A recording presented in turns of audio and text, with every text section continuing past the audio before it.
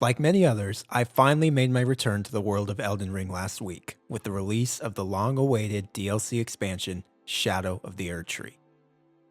Elden Ring quickly became one of my favorite games of all time when it released a couple of years ago, so returning to the lands between was something I had been looking forward to for quite a while. That being said, I was very curious to see if my return to the game would have the same magic that my initial experience did when I first played the title in 2022. While I was expecting to enjoy the DLC, I also made sure to temper my expectations heading into it. There was no way that this expansion could possibly recapture the immeasurable sense of wonder and awe that my first playthrough gave me, right? Well, long story short, I was wrong. Very, very wrong. Shadow of the Erdtree is nothing less than a work of art, and my experience with the expansion has further cemented my belief that Elden Ring is one of the greatest video games ever made. Before I get into my specific thoughts and glowing praise for Shadow of the Erdtree, I want to say right off the bat that I'm going to be very, very careful to avoid spoilers in this video. All the footage captured is from the beginning area of the DLC, and I won't be mentioning bosses by name or anything like that. So much of the joy of Elden Ring comes from the sense of discovery it provides, and I would hate to diminish that feeling for anyone in any way. Now that being said, let's get into it. Shadow of the Erdtree sees the player traveling to the realm of Shadow to pursue Miquella of the Tree. I think. Look, if you're here for Elden Ring lore, you're in the wrong place. I love the world of Elden Ring, and I think its lore seems cool as hell, but I'd be lying if I told you I really understood any of it. I've watched a couple of YouTube videos on it in the past, and don't get me wrong, it seems freaking awesome, but I'm not really playing Elden Ring for this story. However, the atmosphere of Elden Ring, yeah, sign me up for that. And ultimately, I think that's one of the game's greatest strengths.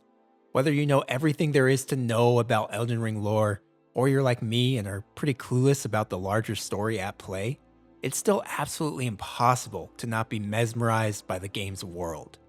Seriously, does any game have as much aura as Elden Ring? I mean, look at some of these shots. I don't think so. And luckily, that's a strength that carries over tenfold with the DLC. Stepping into the DLC area for the first time was almost as mesmerizing to me as my first steps into Limgrave all those years ago. As you could probably guess from a name like the Realm of Shadow, the new area is a little bit darker than a lot of the base game, with ghost-like spirits wandering all over the place and dark, foreboding landmarks dotting the landscape in the distance. It feels very much like the Lands Between, but just a little bit more grim. It took all of about 10 minutes of me exploring this world to be completely sucked back into the Elden Ring loop. I couldn't wait to get lost and see everything that this new area had to offer. And fortunately, there is a ton of content here. The map itself, while obviously not comparable in scope to the vastness of the base game's map, is still significantly larger than I was expecting. More notably though, the map feels significantly denser than the Lands Between. I've seen some say that this feels more like a Dark Souls world, with its tighter design and more connected pathways, and I think that there's definitely some merit to that. However, I also believe that the map still has enough wide open areas and breathtaking vistas to fully recapture the sense of wonder and discovery that the base game has, while also providing some of the tightest and best designed dungeons in the entire game. It really does feel like a best of both worlds scenario to me. Like the FromSoft team has such a firm grasp on the Elden Ring design now that they were able to hone and refine the map to near perfection with this expansion. Sure, there are still some frustrations to be had here. One of my biggest gripes with exploration in the main game was that I was never able to really tell what level of drop was going to be fine for me and which was going to generate enough fall damage to immediately kill my character. I found that problem to be even more prevalent here, as this new land is full of cliffs and valleys, and there are numerous spots where it looks like your character should be able to survive dropping down a ledge, only to die an immediate and frustrating death when hitting the ground. There are also certain areas that my PS5 seemed to really be struggling with. One area in particular towards the beginning had a lot of rain on screen, and I experienced stutters with the frame rate far more severe than anything I ever really remember encountering in the base game.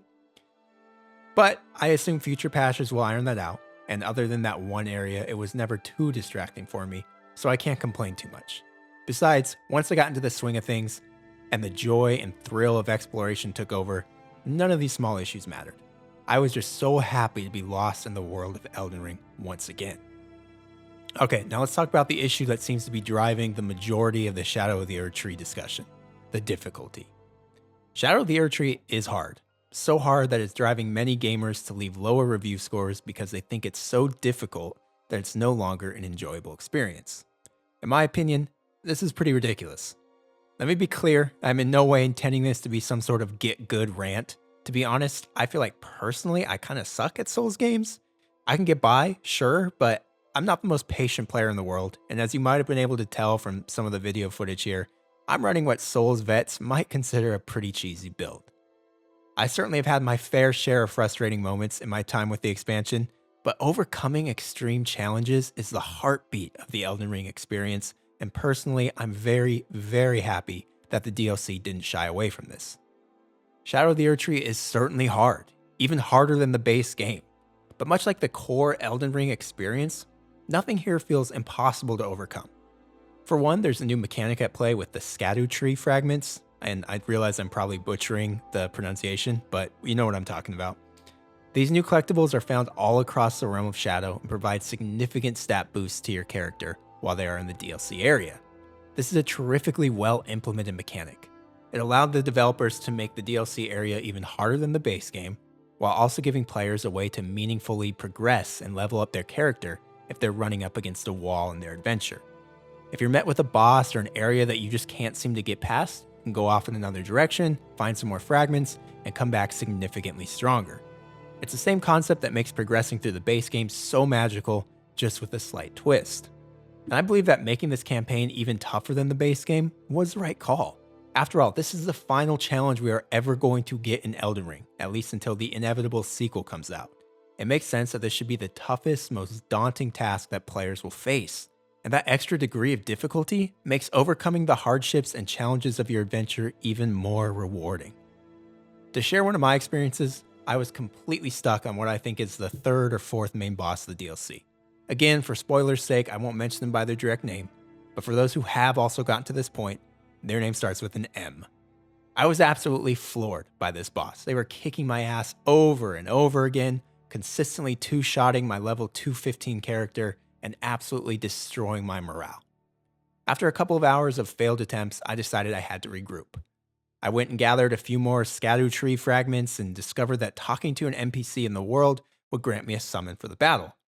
I then changed up my equipment to provide me with more armor and necessary elemental resistance, as well as added an additional incantation into my loadout to provide further defense. Once my preparations were complete, I threw myself back into the arena, and after about another hour or so of attempts, that bastard finally went down. And it's moments like that where Shadow of the Erdtree, much like the base game, truly shines. My heart felt like it was going to beat out of my chest during the final moments of that last attempt. It was a rush unlike anything I've felt from a video game since probably my first playthrough of Elden Ring. And after finally felling that boss and realizing I could move on with my adventure, the feeling of accomplishment and relief was absolutely immense. That's why I'm glad that these games are as punishing as they are. You simply don't get that feeling from other single-player video games. At least I don't. Sure, there's a discussion to be had about whether these games should have difficulty settings, but personally, I feel like that would be taking away from the experience in itself. If I was stuck on a boss for hours on end and I knew that there was an option to turn down the difficulty a notch or two, I don't think I would have the willpower to ignore that. And sure, maybe that's a me problem, but I have to think that there are many others who would probably do the same thing. Anyway, that's a little bit of a tangent about the difficulty of these games. There's obviously a much larger discussion to be had on that subject, but just know that Shadow of the Erdtree is hard. Brutally so at times, but when you do overcome those challenges, man, is it worth it. After beating that boss, I truly felt like I was a god, or an Elden Lord, whichever is more powerful in Elden Ring lore. So Shadow of the Erdtree provides immense feelings of discovery and triumph, but it doesn't stop there. The expansion also introduces all sorts of new talismans, spells, armors, weapons. The amount of new content here is staggering. There's apparently even a new hand-to-hand combat style that the player can engage in. I'm probably way too much of an Elden Ring noob to try something like that, but it is kind of tempting. I've already made up my mind that after I get my fill of the expansion, I'm going to respec my character and hop into another New Game Plus with an entirely different build. Anyway, I'm starting to ramble a bit now, but that's what this game does to me. Shadow of the Erdtree has made me fall in love with Elden Ring all over again, and I can now say with utmost certainty that this is one of my favorite video games of all time. Much like Elden Ring and FromSoft games in general, the formula on display in Shadow of the Erdtree isn't for everyone. However, if you are one of the many people that magical formula does click with, and Elden Ring resonated with you, then I can't recommend this expansion enough. It ties a perfect bow on the Elden Ring experience and further cements the game as a modern masterpiece.